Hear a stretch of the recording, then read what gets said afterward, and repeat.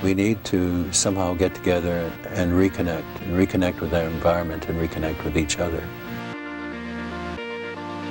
I think we need to start creating a new paradigm, a new way of thinking, so to clear our minds and say, what are the possibilities? And start imagining a city of the future in the north. The importance of architecture is staggering, creating environments in which people live, work, recreate. It touches almost every aspect of human life. Architecture is the field of the design of the environment. Architects have to design buildings that will stand up, meet the codes, protect people's life and safety. But at the other end of the scale, architects are driven by the desire to create an environment at the best of times that's actually inspirational and reflects in the best possible way the culture and aspirations of those people.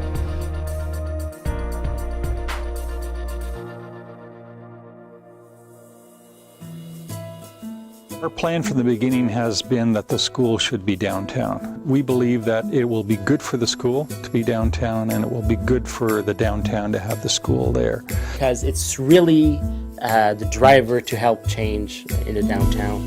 And that's what universities are all about. We have to be responsive to the communities we serve. By bringing in 400 more young people to the community, A, you're going to retain some of them. B, you're just going to create a buzz that may attract even more. 400 young people into the city with these wild creative minds. Why wouldn't it bring about some kind of renaissance or some kind of change? I mean, I'm not even worried about downtown anymore now that the school is going on. The school's going to come. We're going to have residents living in the downtown, young, vibrant residents. And in 10 years, it's going to be a completely different landscape down there.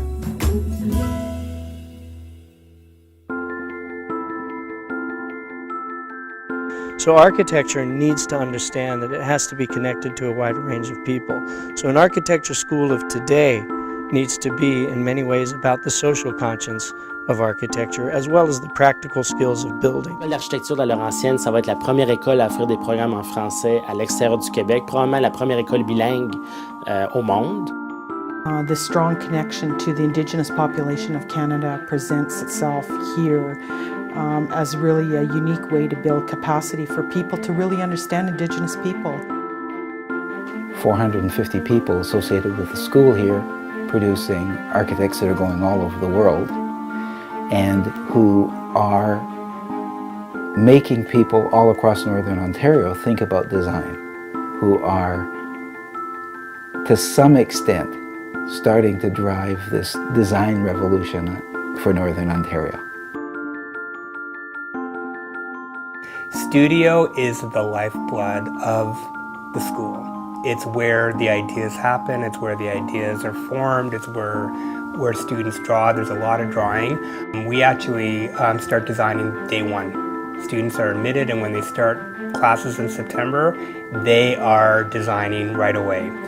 But there's also a very important component of an education from doing, from very much hands-on, whether it's hands-on in the studio or going to the workplace.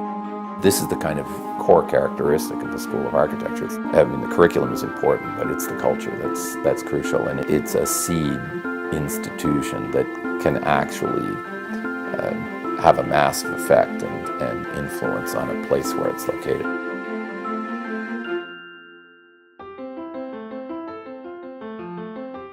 You are educating this generation now, so because they will become the future leaders of tomorrow.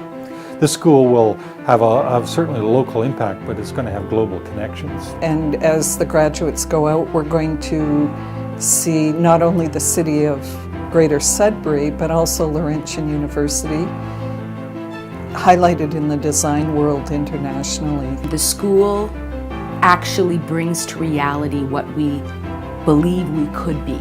Can't you imagine it? What a great thing. But I think it has the potential to be a strong piece of what a reimagined Sudbury might be. I hope what it does is that it engages people in dreaming big.